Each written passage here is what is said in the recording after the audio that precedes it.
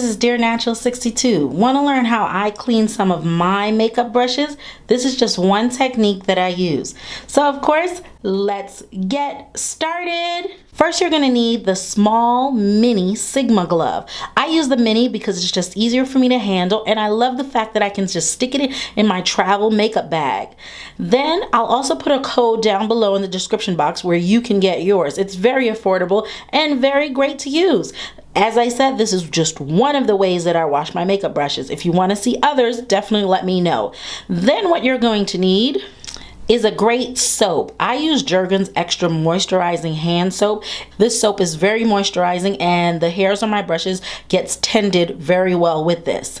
Then you're gonna need some brush guards. These you can find in Target, and I'll also put a link down below, and I'll definitely show you how to use them. So let's move on. So first thing you're gonna wanna do is run some warm water.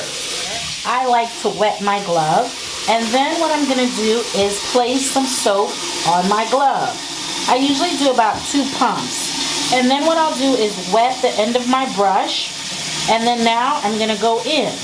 I swirl around, you'll see the product coming off my brush immediately. Then after a while, what I'll do is rinse under the water.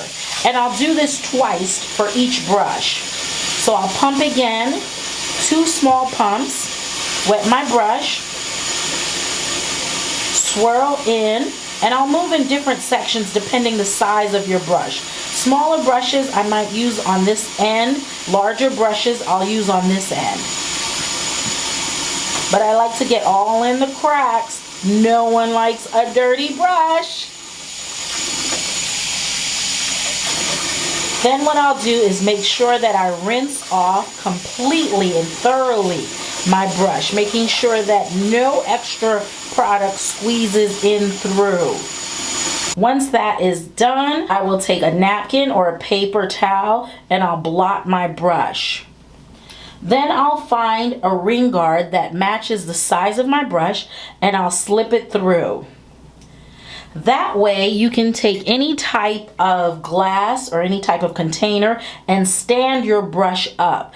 The reason you do this is because you don't want the water to fall back in and mess with the glue inside of here. So you always want to have your brushes drying down. Never have them laying out because water can still seep in. Never have them standing up straight. That's not the proper way. You want the water to drip down.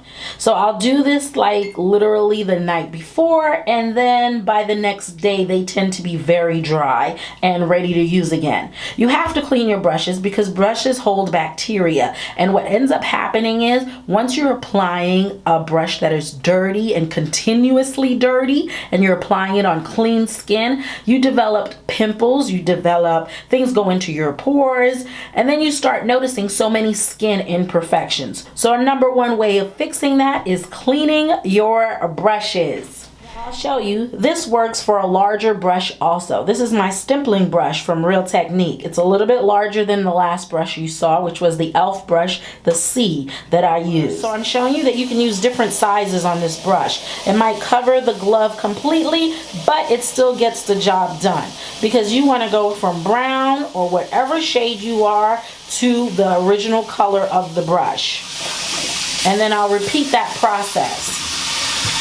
So I'll pump, pump, wet, swirl, and making sure I get that center. Because sometimes a lot of the makeup sometimes stays not only on the edge of the brush, but it'll seep down to the center of the brush. And you want to make sure you get rid of that. Now I'll press down my brush. And you get it back to the original white. That's what you want. You want your brushes to come back to the original state and color that they are.